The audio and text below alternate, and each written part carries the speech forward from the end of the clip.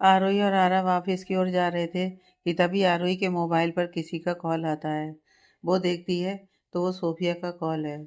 आरोही। Hello. Sophia. आरोही, क्या तुम्हें पता है मानसी के पापा को हार्ट अटैक आया है? आरोही। क्या? मुझे इस बारे में कुछ भी नहीं पता। वो कौन से हॉस्पिटल में है? मैं अभी पहुंच रही हूँ। सोफिया।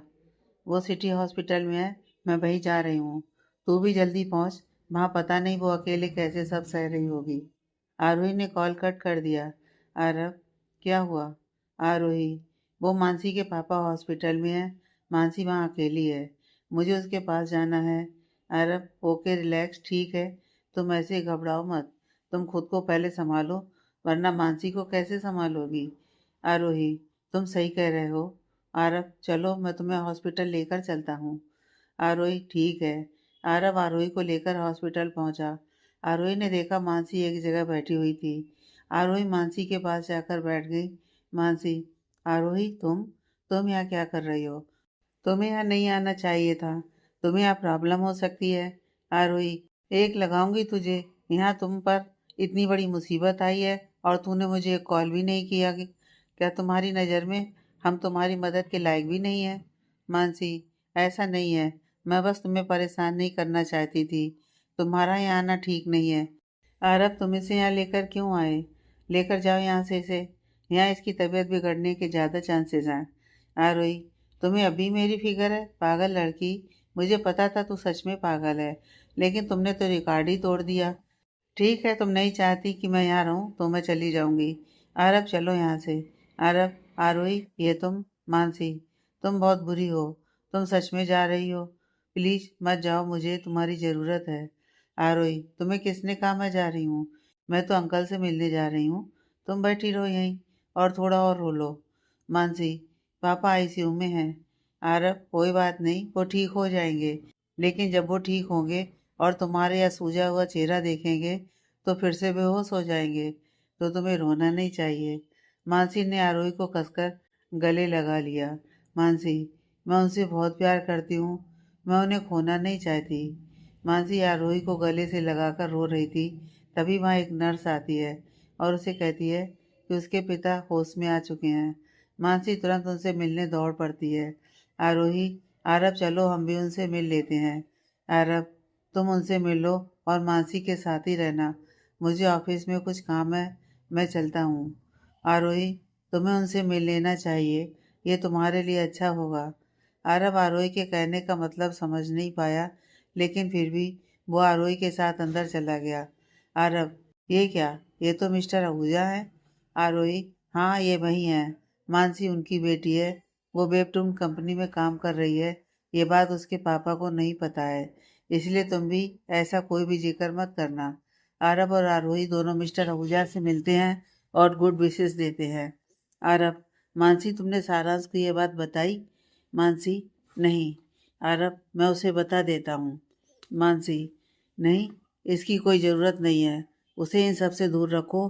उसका और मेरा अब कोई लेना देना नहीं है। कल रात ही हमारा ब्रेकअप हो गया है। आरोही। लेकिन क्यों? मानसी। आरोही, प्लीज उसके बारे में बात ना करो तो बेहतर होगा। आरोही।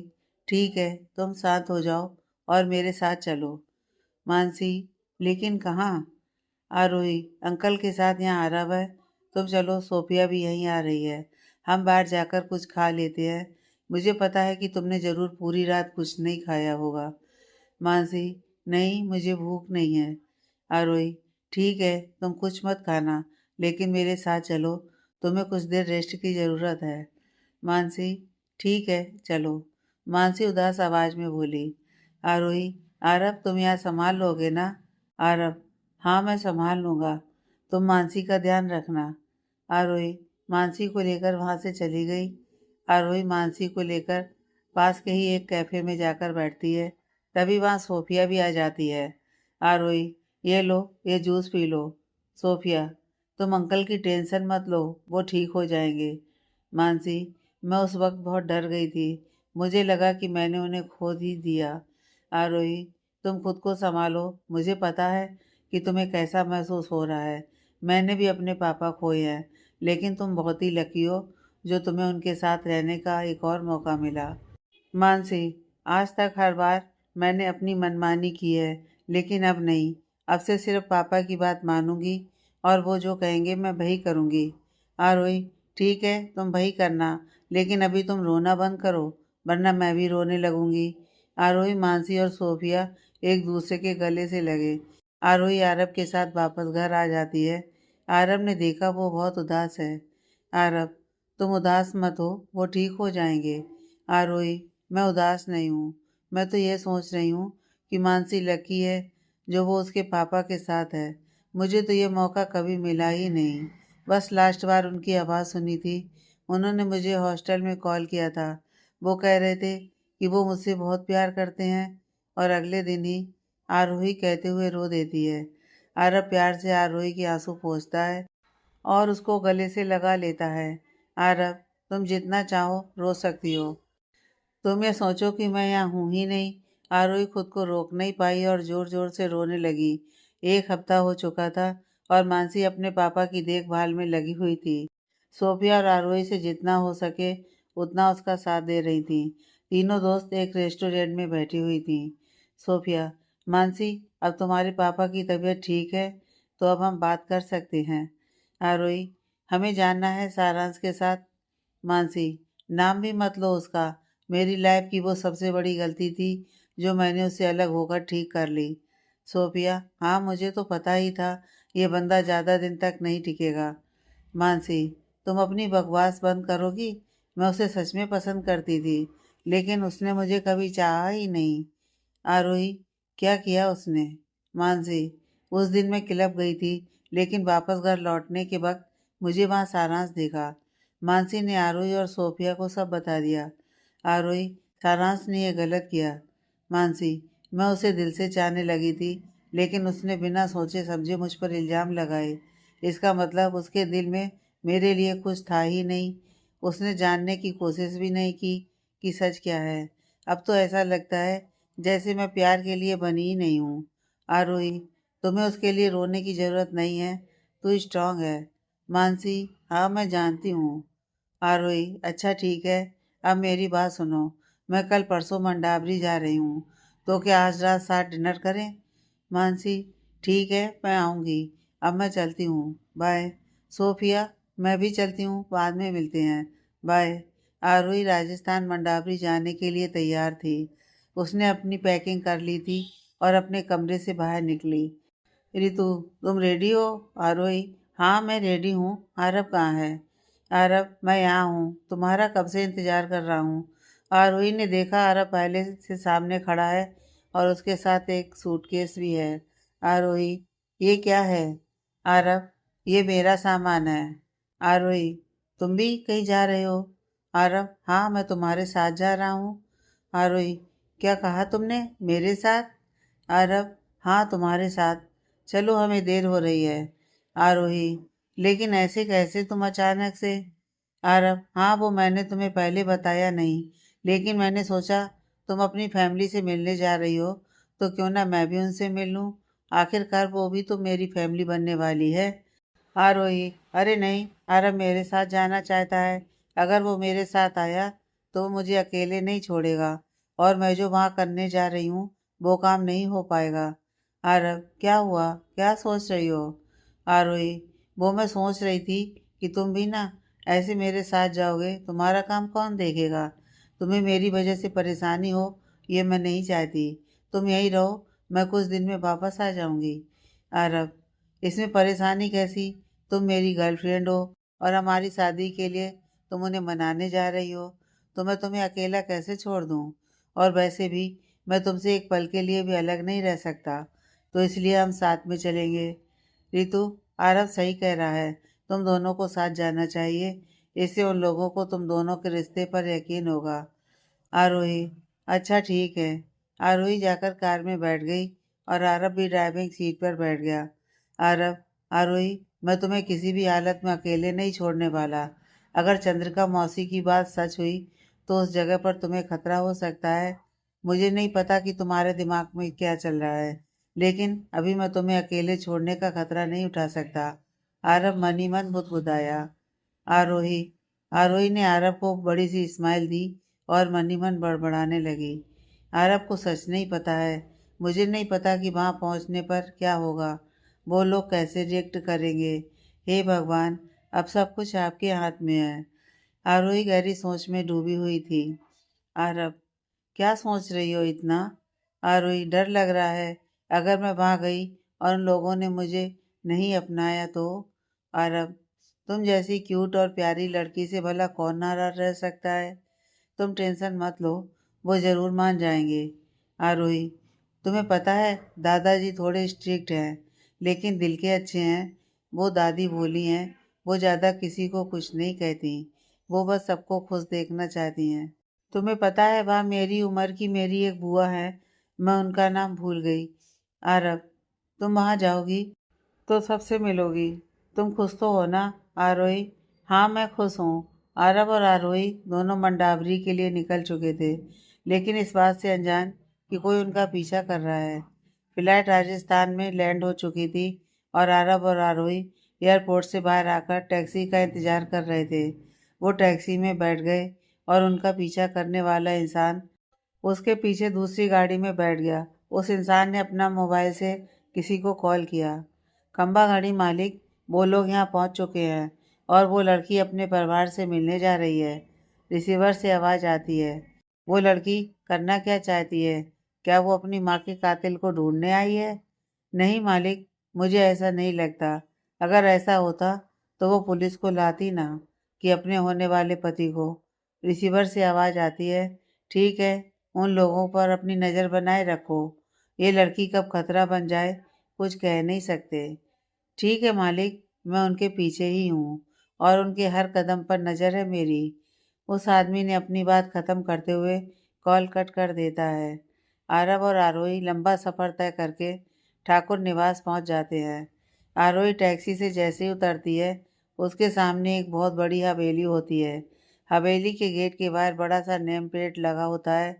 उस पर बड़े अक्षरों में ठाकुर निवास लिखा था। आरब टैक्सी से उन दोनों का सामान निकालता है और टैक्सी चालक को किराया देता है। वो आरोही के साथ अंदर जाने ही वाला होता है कि तभी उसकी मोबाइल की रिंग बजती है। वो स्क्रीन पर देखता है तो वो माणिक होता है। आरब, बोलो माणिक।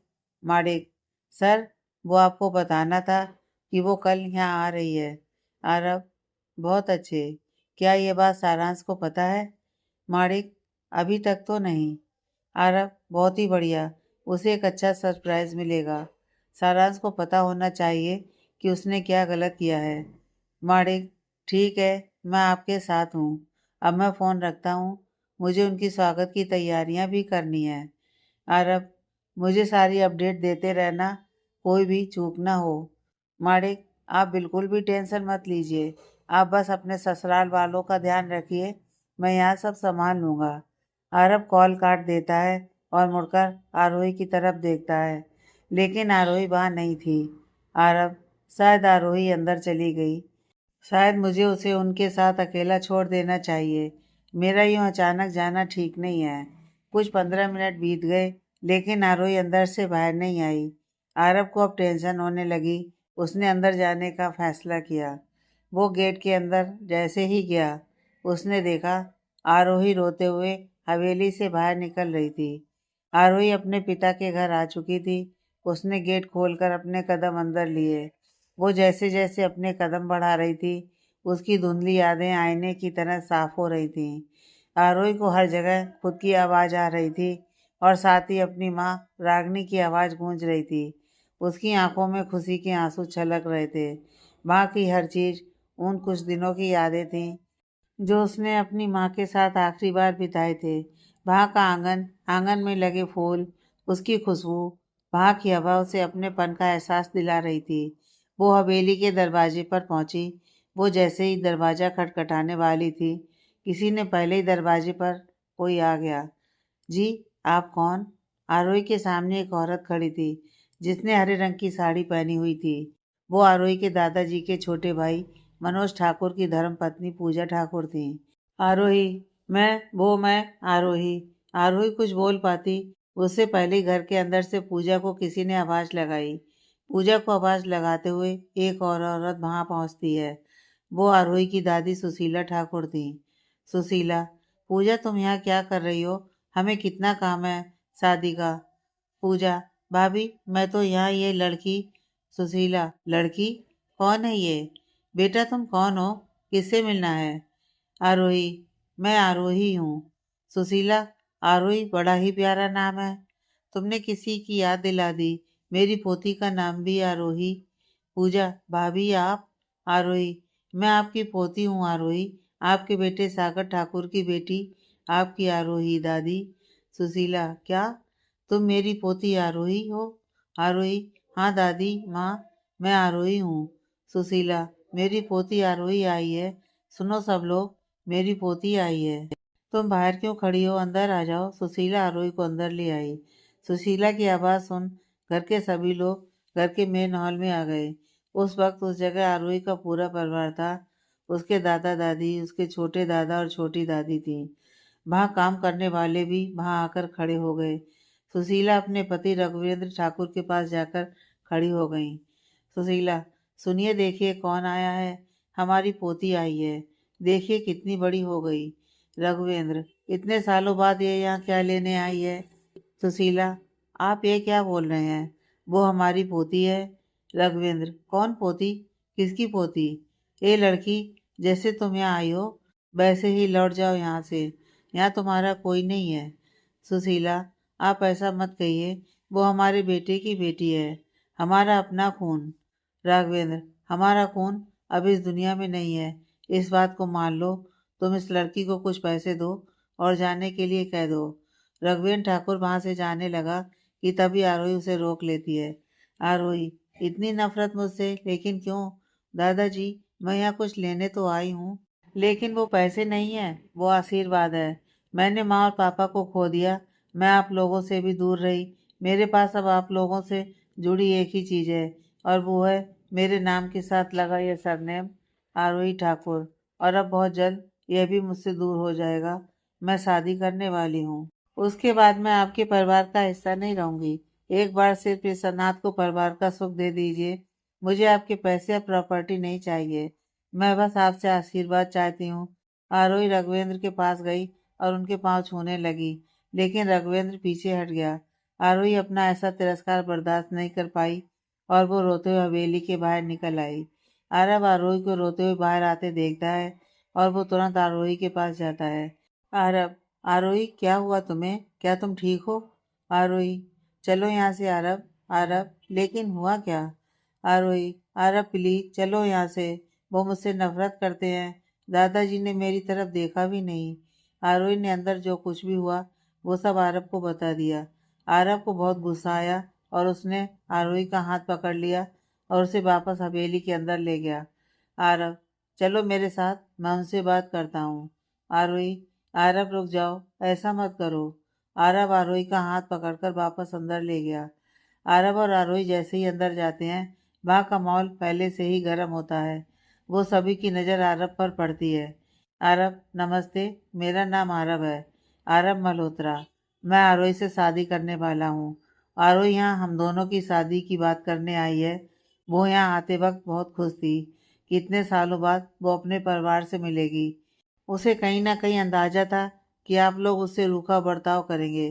क्यों मुझे नहीं पता, लेकिन फिर भी वो यहाँ आई। मनोज, तो क्या इसने हम पर एहसान किया है? आरव, हाँ, कुछ ऐसा ही समझ लीजिए। आरोही, आरव प्लीज। आरोही आरव को चुप रहने के लिए कहती है, लेकिन आरव उसे ही चुप करवा देता है। आरव, आरोही, इन्हें पता होना चाहिए कि ये लोग यहाँ खड़े हैं जिसे तुम अपना परिवार कहती हो, वो लोग असल में तुम्हारे लायक नहीं है। माफ़ कीजिएगा अगर मैंने गलत शब्द का प्रयोग किया हो तो, लेकिन सच यही है। एक 10 साल की लड़की जिसने अपनी माँ को खो दिया, 15 साल की उम्र में पिता को खो दिया, अब तक वो सब कुछ अकेले ही सहती आ रही है। इसके बावजूद कि उसकी फैमिली में उसके बड़े दादा दादी हैं, छोटे दादा दादी हैं, एक भरा पूरा परिवार है, फिर भी वो अकेली है। उसने अकेले ही अपनी पढ़ाई पूरी की, नौकरी की, हर हालात का सामना किया। आप तो बड़े हैं ना, आपको पता होगा कि एक लड़की के लिए ये सब कितना मुश्किल और तनाव भरी बात है, लेकिन फिर भी उसने आप लोगों से कभी शिकायत नहीं की, यहाँ तक कि आपसे कभी मदद भी नहीं मांगी, इस डर से कि आज की तरह आप लोग उसे ठुकरा देंगे, लेकिन इतने सालों बाद उसने हिम्मत की और आप लोगों की तरफ अपना एक कदम बढ़ाया। उसने मांगा ही क्या आपसे? एक बार प्यार से भरा हाथ उसके सर पर फेरना ही तो है। क्या इस हवेली में रहने वाले इतने कंगाल हैं कि उनके पास अपनी बेटी को देने के लिए आशीर्वाद भी नहीं है? आरोही मेरी होने वाली पत्नी है और मैं उसकी आंखों में आंसू नहीं देख सकता। मैंने कुछ गलत कहा हो तो माफ करिएगा। आरोही चलो यहाँ से। मैं तुम्हें यहाँ एक पल के लिए भी नहीं रुकने दूंगा। आरव आरोही को वहां से ले जाने लगता है। आरव आरोही को लेकर वहां से जा ही रहा होता है कि तभी उनके पीछे से आवाज़ आती है और वो रुक जाते हैं। वो मुड़कर देखते हैं तो वो आरोही की दादी सुशीला थी। सुशीला, रुक जाओ आरोही, तुम कहीं नहीं जाओगी। रघुवेंद्र, सुशीला। रघुवेंद्र की आवाज़ में एक भारीपन था। सुशीला, मैं आपकी पत्नी हूँ। आपके साथ मैंने पूरी जिंदगी निकाल दी। मैंने कभी आपसे कोई सवाल नहीं किया, आपके फैसले के खिलाफ नहीं गई। जब आपने अपने बेटे को घर से चले जाने के लिए कहा, तब भी मैं चुप थी। जब मेरा बेटा इस दुनिया से चला गया और आपने मुझे उसका चेहरा भी नहीं देखने दिया, तब भी मैं चुप थी। लेकिन अब नहीं। आज यहाँ पर मेरे बेटे की आखिरी निशानी है।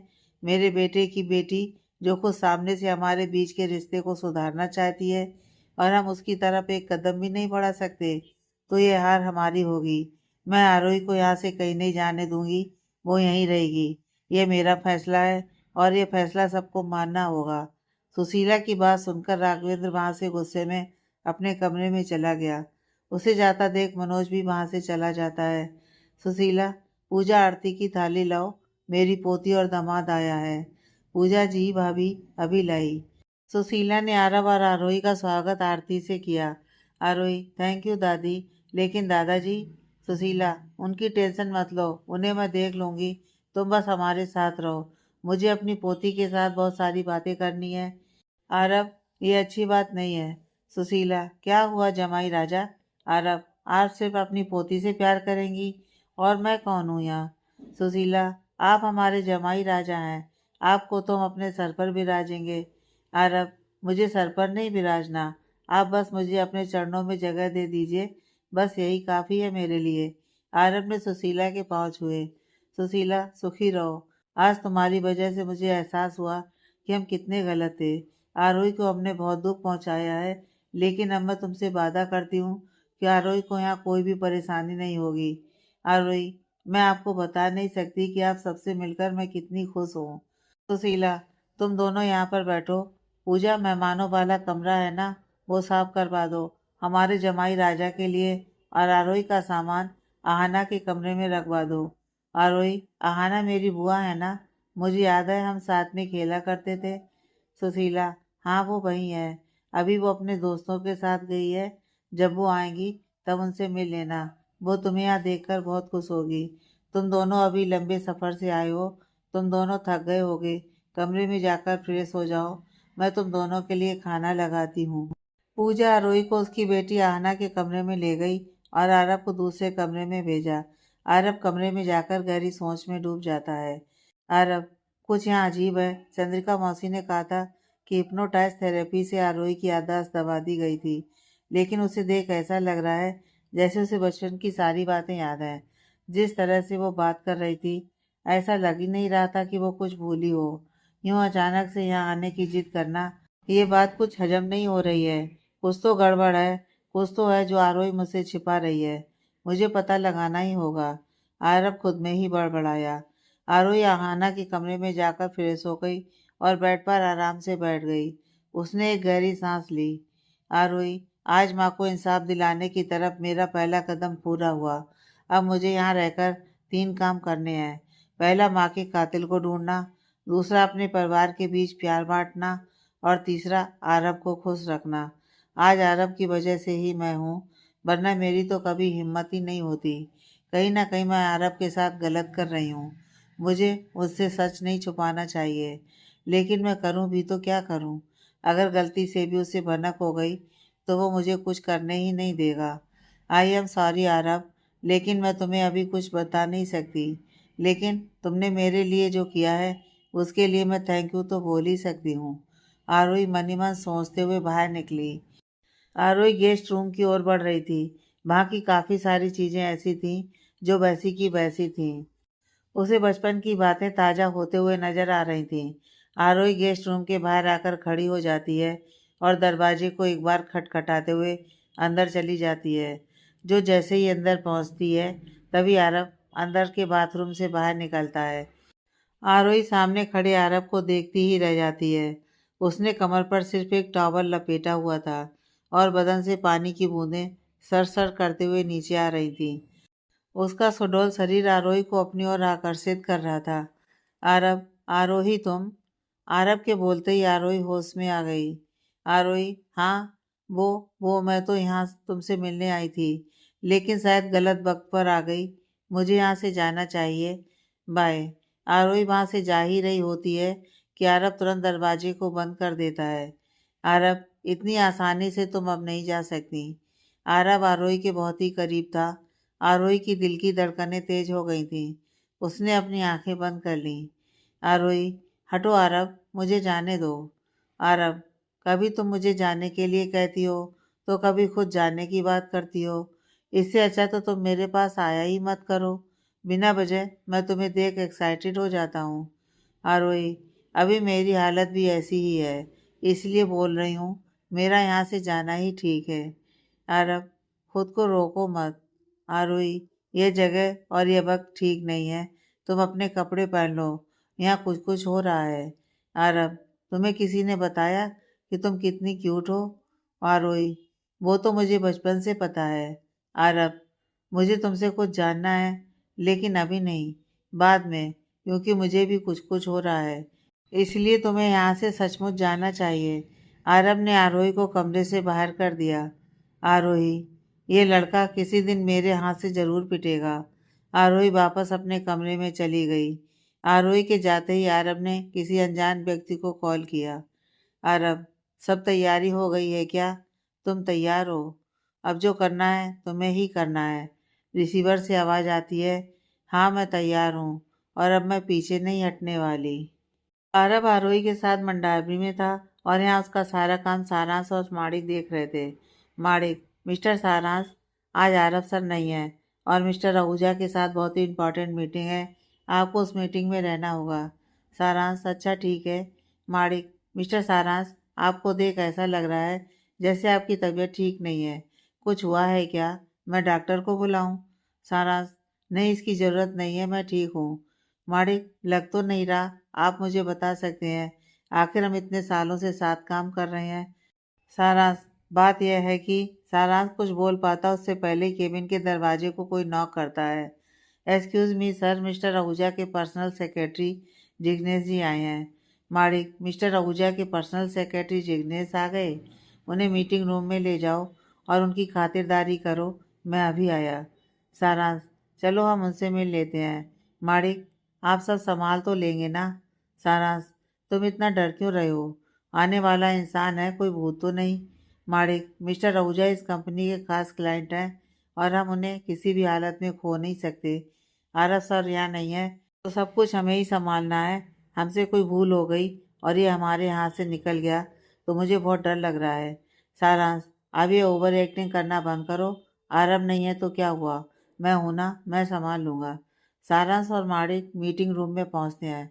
माणिक, hello mister Jignesh ji, please बैठिए ना, कहिए आपने ये अर्जेंट मीटिंग क्यों रखवाई है और मिस्टर आहूजा कहाँ हैं? जिग्नेश, आपको शायद नहीं पता कि मिस्टर आहूजा हॉस्पिटल में थे और उनकी अभी तबीयत ठीक नहीं है, इसलिए आज से उनका यह प्रोजेक्ट उनकी बेटी संभालेंगी। सारांश, लेकिन ऐसे कैसे वो किसी को भी ये प्रोजेक्ट देते हैं? माना कि वो उनकी बेटी है, लेकिन वो सब संभालने के लायक भी होनी चाहिए। जिग्नेश, वो उनकी बेटी है, सिर्फ इसलिए उन्हें यह काम नहीं सौंपा गया है, बल्कि इसलिए कि वो सच में इस ओहदे के काबिल हैं। उन्होंने लंदन में 3 साल तक रहकर बिजनेस मैनेजमेंट किया है और 2 साल अपने पिता के साथ काम भी किया है। आप उनका काम देखने के बाद फैसला करें तो बेहतर होगा। माणिक, मिस्टर आहूजा ने अगर कोई फैसला किया है तो वो सही ही होगा। हम उनके फैसले की रिस्पेक्ट करते हैं, लेकिन उनकी बेटी है कहाँ? जिग्नेश, वो रास्ते में है, अभी पहुंचती होगी। सारा, जो लोग वक्त की कदर नहीं करते, वक्त उनकी कदर नहीं करता। आपने सही कहा, मैं आपकी बात से सहमत हूँ। मीटिंग रूम में बैठने वाले सभी लोगों की नज़र दरवाजे की तरफ गई। दरवाजे के बाहर से एक खूबसूरत लड़की अंदर आती है, जिसने वन पीस ड्रेस पहनी हुई थी, बालों को खुला छोड़ा था और हाथ में एक महंगी वॉच पहनी हुई थी। उस लड़की को देखते ही सारांश की आंखें फटी की फटी रह गईं, क्योंकि वो और कोई नहीं बल्कि मानसी थी। सारांश, तुम? मानसी, आई एम सॉरी, मुझे थोड़ी देर हो गई। माणिक, अरे मानसी तुम? जिग्नेश, आप लोग पहले से ही एक दूसरे को जानते हैं? मानसी, जी नहीं अंकल, हम एक दूसरे को नहीं जानते, हम तो बस दूर के दोस्त हैं। जिग्नेश, दूर के रिश्तेदार तो सुना था, लेकिन ये दूर के दोस्त क्या होता है? मानसी वहाँ की एक चेयर पर आराम से बैठ जाती है। मानसी, होते हैं अंकल, होते हैं, आप नहीं समझेंगे। एनीवे, मैं आप सबको अपना इंट्रो करवाती हूँ। मैं मानसी आहूजा हूँ, हंसराज आहूजा की इकलौती बेटी, और आज से मैं उनका काम संभालूंगी। आज से प्रोजेक्ट मेरे अंडर है, तो कुछ भी कहने से पहले आप सब मुझसे डिस्कस करेंगे। मैं आज से ही अपना काम शुरू करने वाली हूँ। माणिक, क्या तुम मेरे लिए केबिन रेडी कर दोगे? सारांश, तुम यहाँ रहकर काम करने वाली हो? मानसी, यहाँ से आते वक्त जो दूसरा कमरा था वो मेरे लिए अच्छा है, मेरा डेस्क वहीं पर रेडी करवाओ। सारांश, लेकिन वो तो। माणिक, लेकिन मिस मानसी, वो तो मिस्टर सारांश का केबिन है। मानसी, ओह अच्छा, तो ठीक है, तुम एक काम करो, मिस्टर सारांश का सामान किसी और जगह शिफ्ट करवा दो। मुझे नहीं लगता कि इन्हें कोई प्रॉब्लम होगी। क्यों मिस्टर सारांश, क्या कहते हैं आप? सारांश, जी नहीं, मुझे क्या प्रॉब्लम हो सकती है? माणिक, मेरा सामान आरव के केबिन में रखवा दो, मिस मानसी को यहाँ कोई तकलीफ नहीं होनी चाहिए। सारांश के चेहरे पर एक नकली स्माइल थी, लेकिन उसका चेहरा गुस्से से लाल था। मानसी, माणिक, मेरे केबिन में प्रोजेक्ट की सारी फाइल पहुंच जानी चाहिए। माणिक, ठीक है, मैं भिजवाता हूँ। मानसी वहां से बाहर चली जाती है। उसके पीछे सभी लोग बाहर चले जाते हैं। सारांश अपना गुस्सा जैसे तैसे कंट्रोल कर रहा था, लेकिन सबके जाते ही उसने अपना सारा गुस्सा वहां के टेबल पर निकाल दिया। उसने अपना हाथ जोर से टेबल पर दे मारा। सारांश, इस लड़की ने तो मुझे हिला ही दिया, मुझे उससे बात करनी होगी। सारांश गुस्से में तमतमाते हुए अपनी केबिन में गया। उसने देखा मानसी उसकी चेयर पर बैठी हुई थी। मानसी, लगता है आपको किसी ने सिखाया नहीं कि अंदर आने से पहले नॉक किया जाता है। सारांश, मुझे अब अपनी ही केबिन में आने से पहले नॉक करना होगा। मानसी, आपकी याददाश्त बड़ी कमज़ोर है, आप भूल गए कि आज से केबिन मेरा है। सारांश, मानसी, ये सब क्या है? तुम मिस्टर आहूजा की बेटी कब से बन गई? मानसी, मानसी नहीं बल्कि मिस मानसी कहिए। और रही मेरे पापा की बेटी बनने की बात, तो वो तो मैं जन्म से ही उनकी बेटी हूँ। आपको समझने में इतनी दिक्कत क्यों हो रही है? आप कहें तो डीएनए रिपोर्ट दिखा दूँ? सारांश, तुम यहाँ क्यों हो? क्या ये तुम मेरे लिए? मानसी, मिस्टर सारांश, आप पर्सनल और प्रोफेशनल लाइफ मिक्स कर रहे हैं। अगर आपको कुछ प्रोजेक्ट के बारे में बात करनी है तो आप यहाँ रुक सकते हैं, वरना दरवाज़ा तो आपको पता ही है। मानसी का यूं रूखा बर्ताव देख सारांश को गुस्सा आ रहा था। वो वहाँ से गुस्से में चला गया। सारांश के जाते ही मानसी ने चैन की सांस ली। मानसी, सारांश, अब मैं तुम्हें दिखाऊंगी कि एक लड़की के जज्बातों से खेलने का अंजाम क्या होता है। तुम्हें घुटनों पर ना ला दिया तो मेरा नाम मानसी आहूजा नहीं। शाम के 6 बज रहे थे। सुशीला और पूजा रात के खाने की तैयारी कर रहे थे, और सामने के हॉल में रघुवेंद्र और मनोज बैठकर बातें कर रहे थे। तभी आरव अपने कमरे से बाहर आकर रसोई की तरफ जाता है। आरव, दादी माँ, क्या बना रही हैं आप? मैं आपकी कोई मदद करूं? पूजा, ये कैसी बात कर रहे हैं आप? आप इस घर के होने वाले जमाई हैं, आप रसोई में काम करेंगे? आरव, जमाई नहीं, बेटा कहिए। और मैं खाना क्यों नहीं पका सकता? मेरे हाथ का खाना खाकर तो देखिए, उंगलियां न चाटते रह जाएं तो कहिएगा। सुशीला, हम बेटा, हमारे घर में मर्द रसोई घर में पाँव भी नहीं रखते। आप जाकर आराम से बैठ जाइए, हम है ना, हम सब संभाल लेंगे। देखो, आरोही भी आ गई, वो हमारी मदद कर देगी। आरव, दादी, एक फ्री की सलाह दूं? सुशीला, कैसी सलाह? रघुवेंद्र सोफे पर बैठे बैठे आरव की बातें सुन रहा था, लेकिन उसे ऐसे दिखा रहा था जैसे उसे उसकी बातों में कोई दिलचस्पी नहीं है। आरव, आपको मैं आगाह कर रहा हूँ, आरोही को रसोई में गलती से भी खड़ा कर दिया तो दूसरे दिन आपको आपकी रसोई से हाथ धोना पड़ जाएगा। पूजा, ऐसा क्यों? आरब, क्योंकि आपकी बेटी को खाना नहीं बनाना आता, वो सिर्फ किचन में आग लगाती है। आरोही आरब की बात सुनकर आग बबूला हो रही थी।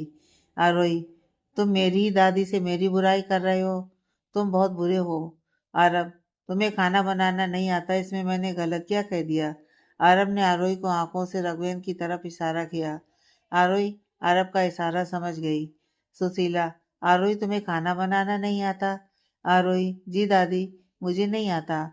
मैं अब आपको क्या बताऊं, मुझे सिखाने वाला कोई नहीं था। मैंने ज़्यादातर वक्त हॉस्टल में रहकर बिताया है। मैंने पढ़ाई पर ज़्यादा ध्यान दिया, इसलिए दूसरी चीज़ों पर ध्यान नहीं दे पाई। लेकिन आप चिंता मत करिए, मुझे कुछ चीज़ें बनानी आती हैं। पूजा, जैसे? आरोही, जैसे मैं चाय बना लेती हूँ, कॉफ़ी बना लेती हूँ और मैगी नूडल्स भी बना लेती हूँ। पूजा, तुम्हें खाना बनाना नहीं आता, ऐसे छोटे कपड़े पहनती हो, ऊपर से होने वाले पति के घर में रहती हो। भाभी, ये लड़की के पास तो हमारे खानदान के एक भी संस्कार नहीं है। सुशीला, इसमें इसकी बेचारी की क्या गलती है? यह सब हमारी गलती है। अगर हम इसे अपने साथ रखते तो आज ये हमारे रंग में ढली होती। आरब, संस्कारी, और ये दूर दूर तक नहीं। आरोही आरब को बड़ी बड़ी आंखों से घूरती है। आरोही, यह कुछ ज्यादा ही बोल रहा है, इसे तो मैं अभी बताती हूँ। आरोही मनी मन बुदबुदाई। आरब, दादी आप आरोही को कुछ सिखाइए ना, वरना मुझे ही इसे जिंदगी भर खाना बनाकर पकाना होगा। आरोही, हाँ दादी, अब तो मुझे भी सीखना है। आपको पता है, आरब को खाना खाने का बड़ा शौक है। आप दाल बाटी चूरमा बना दोगी, वो भी देसी घी के साथ। आरब आरोही आरब आरोही को इशारे से चुप रहने को कहता है। आरोही, अरे तुम शर्मा क्यों रहे हो? दादी कोई गैर थोड़ी है, वो तुम्हारे लिए देसी घी में खाना बनाकर जरूर खिलाएंगी। सुशीला, हाँ क्यों नहीं, मैं अपने जमाई राजा के लिए जरूर बनाऊंगी। आरब, अरे नहीं दादी, आप इतनी तकलीफ मत करिए। सुशीला, इसमें तकलीफ की क्या बात है, तुम चिंता मत करो, आपके लिए कुछ करना ये हमारा सौभाग्य है। आरोही वहां से जाने लगी, तभी पूजा उसे रोक देती है। पूजा, रुको आरोही, कहाँ जा रही हो? आओ और अपने होने वाले पति के लिए खाना बनाओ। अब हमें थोड़ी पता है कि उसे क्या पसंद है और क्या नहीं। उसकी पसंद नापसंद तो तुम ही जानती हो ना। चलो हमारी मदद करो, हम तुम्हारी मदद करेंगे। आरोही को ना चाहते हुए भी रसोई घर में जाना पड़ा और आरब को ना चाहते हुए भी दाल बाटी चूरमा खाना पड़ा, वो भी देसी घी के साथ। आरब, दादी आपके हाथों में तो जादू है, सच में। सुशीला, तुम्हें अच्छा लगा? कल फिर से बनाऊंगी। आरब, नहीं नहीं दादी, इसकी जरूरत नहीं है, रोज इतना हैवी डिनर मुझसे नहीं होगा। सुशीला, बस तुमने कितना कम खाया है, तुमसे तो ज्यादा तुम्हारे दादाजी खा लेते हैं, इसलिए देखो अभी तक कितने हट्टे कट्टे हैं। आरोही, हाँ हाँ आरब, खाओ ना बस थोड़ा सा। आरब, तुम अकेले में मिलो, फिर तुम्हें बताता हूँ। आरब मनी मन बुदबुदाया। सुशीला, आरब बेटा, अपने बारे में कुछ बताओ, तुम्हारे घर में कौन कौन है? आरब, दादी मेरे घर में मेरी माँ है, मेरे पिता अब इस दुनिया में नहीं है, अब मैं उनका बिजनेस संभालता हूँ और मेरे खुद के 5 मॉल हैं। आपकी बेटी मेरे साथ राज करेगी। सुशीला, सुना आपने, हमारी आरोही कितनी भाग्यशाली है। सुशीला राघवेंद्र से कहती है, लेकिन वो मुंह फेर कर बैठ जाते हैं और उसकी बातों को अनसुना कर देते हैं। राघवेंद्र, घमंडी लड़का। राघवेंद्र अपने मन में बड़बड़ाया, लगता है हमारे यहाँ गेस्ट हाउस आए हैं। सब लोगों की नज़र दरवाजे की तरफ जाती है। दरवाजे के पास एक बहुत खूबसूरत लड़की खड़ी थी, जिसने ब्लू जीन्स के साथ वाइट कुर्ती पहनी हुई थी। उसने अपने बालों का जूड़ा बनाया हुआ था। पूजा, आहाना तुम आ गई? आहाना, नहीं मम्मी, मैं तो अभी गेट पर ही हूँ। आहाना का जवाब सुनते ही सब लोगों के मुंह से हंसी निकल गई। पूजा, मजाक मत कर, और ये टाइम है घर आने का। आहाना, मेरा काम ही ऐसा है तो मैं क्या करूँ? वैसे कौन आया है? सुशीला, यहाँ आ और खुद पहचान की है कौन है। आहाना आरोही को बड़े ध्यान से नीचे से ऊपर की ओर देखती है, लेकिन वो पहचान नहीं पाती। आहाना, क्या हम पहले मिल चुके हैं? आरोही, हाँ बिल्कुल मिल चुके हैं, जब हम 10 साल के थे, तब मेरी छोटी आंटी। आहाना, तुमने मुझे आंटी कहा, मैं तुम्हें आंटी दिखती हूँ? आरोही, तुम दिखो ना दिखो, लेकिन तुम मेरी आंटी हो, यह सच तुम बदल नहीं सकती। आहाना, ऐसा क्यों लग रहा है जैसे पहले भी कोई मुझे ऐसे बुलाता था, लेकिन मुझे याद क्यों नहीं आ रहा? सुशीला, ये मेरी पोती है आरोही, अब तुम्हें याद आया? आरोही, हम उस वक्त बहुत छोटे थे, लेकिन कुछ यादें आज भी ताज़ा हैं। आहाना, मुझे कुछ कुछ याद आ रहा है। मैं बचपन में किसी के साथ खेला करती थी। तुमसे मिलकर अच्छा लगा। पूजा, मेरी बेटी जर्नलिस्ट है यहाँ। आना, प्लीज मम्मी। आरोही, मेरे अंकल भी हैं, वो कहाँ हैं? पूजा, वो किसी काम से अपने मामा जी के साथ गया है। कब लौटेंगे पता नहीं। आहना, आरोही तुम्हारे साथ तुम्हारे कमरे में रहेगी। आहना, वैसे हैंडसम बंदा कौन है? पूजा, चुप। तेरे बड़े पापा यहीं बैठे हैं, कुछ तो शर्म कर। आरव, मैं आरव हूँ, आरोही का होने वाला पति। आहना, आरोही, तुम दोनों की जोड़ी तो राम मिलाई जोड़ी लग रही है। Aarav, thank you. रात हो चुकी थी और सभी अपने अपने कमरे में सो रहे थे। आरोही को नींद नहीं आ रही थी और वो करवटें बदल रही थी। वो सोने की कोशिश कर ही रही थी कि उसे महसूस होता है कि कोई उसके कमरे के बाहर है। आरोही आहाना को जगाने की कोशिश करती है। आरोही, आहाना उठो। आहाना, क्या है? आरोही, ऐसा लग रहा है जैसे बाहर कोई है। आहाना, तुम्हें वहम हुआ होगा। चुपचाप सो जाओ और मुझे भी सोने दो। आरोही, शायद तुम ठीक कर रही हो। आरोही फिर से सोने की कोशिश करती है, लेकिन जैसे ही वो अपनी आंखें बंद करती है, उसे फिर से एक आहट सुनाई देती है। आरोही खुद उठकर दरवाजा खोलती है और बाहर देखती है, लेकिन बाहर कोई नहीं था। आरोही हर तरफ देखती है और वापस अपने कमरे की ओर जाने लगती है। वो अपने कमरे का दरवाजा जैसे ही खोलती है, अचानक से कोई आकर पीछे से उसका मुंह दबोच लेता है। आरोही खुद को छुड़वाने की कोशिश में अपने हाथ पैर चलाती है, लेकिन वो खुद को छुड़वा नहीं पाती। वो अपनी पूरी ताकत लगाती है और उस इंसान को खुद से दूर करती है। आरोही उस इंसान का चेहरा देख पाती उससे पहले ही उसकी नींद खुल जाती है। वो घबराई हुई अपनी जगह पर बैठ जाती है। उसका पूरा शरीर पसीने से लथपथ था। उसने देखा आना उसके पास सोई हुई है। आरोही, यह पिछली बार से अलग और डरावना सपना था। मुझे प्यास लगी है। आरोही अपने पास पानी ढूंढती है, लेकिन वहाँ पानी नहीं था। वो खुद उठकर रसोई में जाती है। आधी रात का अंधेरा बहुत ही शांत और डरावना लग रहा था। एक पत्ते की भी आहट दिल को चीर दे ऐसी डरावनी थी। आरोही जैसे तैसे रसोई में पहुंच गई और उसने एक बोतल में पानी भर लिया और वापस अपने कमरे की तरफ बढ़ने लगी। आरोही अपने कमरे में जा ही रही होती है कि उसे महसूस होता है कि वहाँ उसके अलावा कोई और भी है। वो मुड़कर देखती है, लेकिन कोई भी दिखाई नहीं दे रहा था। आरोही, लगता है मुझे वहम हो रहा है। आरोही ने वापस अपने कदम कमरे की तरफ बढ़ाए ही थे कि तभी अचानक उसे किसी की परछाई दिखती है। आरोही उस परछाई की ओर धीरे धीरे बढ़ती है। उसे वहां एक इंसान के होने का अंदाजा था और वो सही था। एक आदमी वहां खड़ा था। आरोही, कौन है? यहाँ सामने आओ। अगर अभी तुम सामने नहीं आए तो मैं चिल्ला चिल्लाकर सारे लोगों को इकट्ठा कर दूंगी। अंधेरे में खड़ा इंसान सामने नहीं आता। ये देख, आरोही उसकी तरफ बढ़ती है। आरोही, आरोही को उसके पीछे से कोई पुकारता है और वो पीछे मुड़कर देखती है तो वो आरव था। आरोही, आरव तुम? आरव, तुम इतनी रात गए यहाँ क्या कर रही हो? आरोही, आरव, वहाँ कोई है। आरव, मैं देखता हूँ। आरव उस तरफ जाकर देखता है, लेकिन वह पर्दे के सिवा कुछ नहीं होता है। आरोही, ये क्या? यहाँ सच में कोई था? आरव, तुम खुद देख रही हो कि यहाँ कोई नहीं है। शायद इस पर्दे की वजह से तुम्हें ऐसा लगा होगा। तुम टेंशन मत लो।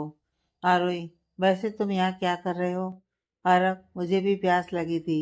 चलो तो मेरी प्यास बुझाने। आरोही, ये लो पानी। आरव, मुझे पानी नहीं, कुछ और चाहिए। आरोही, तुम भी ना वक्त जगह कुछ नहीं देखते बस शुरू हो जाते हो। आरव, क्या करूं, तुम्हारे साथ रहते रहते मैं भी ऐसा ही हो गया हूँ। आरोही, अब तुम मेरा नाम क्यों ले रहे हो? मैंने क्या किया? जाओ, मुझे तुमसे बात नहीं करनी। आरोही वहां से जाने लगती है, तभी आरव पीछे से उसे पकड़ लेता है। आरव, प्लीज मत जाओ, कुछ देर के लिए रुक जाओ। आरव ने बड़े ही प्यार से कहा तो आरोही मना नहीं कर पाई। दोनों हवेली के बाहर एक जगह बैठ गए। आरव ने आरोही को अपनी गोद में बिठा दिया। आरोही, तुम कुछ कहना चाहते हो? आरव, तुम मुझसे प्यार करती हो ना? आरोही, ये कैसा सवाल है? तुम्हें यकीन नहीं है? आरव, यकीन तो है, लेकिन कभी कभी तुमसे दूर जाने के ख्याल से डर जाता हूँ। आरोही, और ऐसा क्यों? आरव, अगर तुम्हारी फैमिली ने मुझे पसंद नहीं किया और कहा कि मुझे छोड़ने के लिए, तो तुम क्या करोगी? आरोही, यहाँ मैं अपनी फैमिली को पाने आई हूँ, तुम्हें खोने नहीं। तुम मेरी फर्स्ट प्रायोरिटी हो, समझे? तुम नहीं तो कुछ नहीं। आरब, तुम मुझसे इतना प्यार क्यों करती हो? मैंने तो तुम्हारे साथ अच्छा बर्ताव भी नहीं किया। आरोही, पता नहीं, अब प्यार हो गया तो हो गया, इसका कोई जवाब नहीं है। आरब, मुझ में तुम्हें सबसे अच्छी चीज़ कौन सी लगती है? आरोही, यही कि तुम बहुत अच्छे हो, लेकिन अगर तुम बुरे भी बन जाओ फिर भी मेरे दिल में सिर्फ तुम ही रहोगे। आरब, एक और सवाल, तुम यहाँ क्यों आई हो? आरोही, सवाल के जवाब ढूंढने। आरब, कैसे सवाल? आरोही, ये फैमिली मेरे लिए उतनी ही अजनबी है जितनी तुम्हारे लिए। मैं पहले से जो मिला उन्हीं से खुश रहने की कोशिश करती आ रही हूँ, लेकिन अब मुझे मेरी मन की शांति के लिए यहाँ मैं अपने सवाल के जवाब ढूंढने आई हूँ कि क्यों दादाजी मेरे पापा से इतने नाराज हैं। क्यों वो मेरी तरफ देखते ही नहीं? क्या ये नफरत इतनी ज़्यादा है कि कभी ख़त्म नहीं होगी? पता नहीं सबके जवाब मुझे मिलेंगे या नहीं। आरब, तुम्हारी हर लड़ाई, हर कोशिश में मैं तुम्हारे साथ हूँ। आरोही, मैं अपनी प्रॉब्लम में तुम्हें घसीटना नहीं चाहती।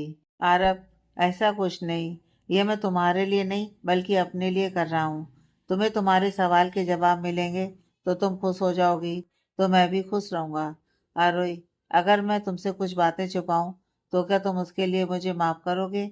आरब, अगर तुमने कुछ बातें छुपाई हैं तो उसके पीछे ज़रूर कुछ बात होगी। मैं इंतज़ार करूँगा कि तुम वो सामने से मुझे कहो। आरोही, सच सच बताओ तुम कौन हो? आरब, क्या मतलब? आरोही, मुझे शक है कि तुम एक एंजल हो। आरब, क्या? आरोही की बात सुन आरब हंस पड़ा। आरोही, हाँ तुम एक एंजल हो, वरना इतना अच्छा कोई कैसे हो सकता है? आरब, मैं इतना भी अच्छा नहीं हूँ जितना तुम समझ रही हो। आरोही, अच्छा तो यह बात है, तो मुझे बताओ कि तुम कितने बुरे हो? आरब, सोच लो, बाद में पछताना मत। आरोही, नहीं पछताऊंगी। आरब ने आरोही को कमर से धीरे से छुआ और उसे अपने करीब ले आया। आरोही, ये क्या कर रहे हो? आरब, आरोही के कान में फुसफुसाता है, बुरा बन रहा हूँ थोड़ा, सेल्फिश और थोड़ा डेंजरस। आरब ने आरोही के कान को हल्के से चूमा। आरोही आरब की सांसें अपनी गर्दन पर महसूस कर रही थी। आरब पल पल अपना सिकंजा मजबूत कर रहा था। आरोही भी उसकी बाहों में सब कुछ भूल गई, वो भी उसे रोकना नहीं चाहती थी। आरब ने धीरे से आरोही के बालों में अपनी उंगलियां घुमाते हुए उसको अपनी ओर मोड़ा और उसके होठों को चूमने लगा। आरब ने आरोही की गर्दन को चूमते हुए वहाँ हल्के से काटा। आरोही, आरब, मुझे अब और तुमसे दूर रहना नहीं है।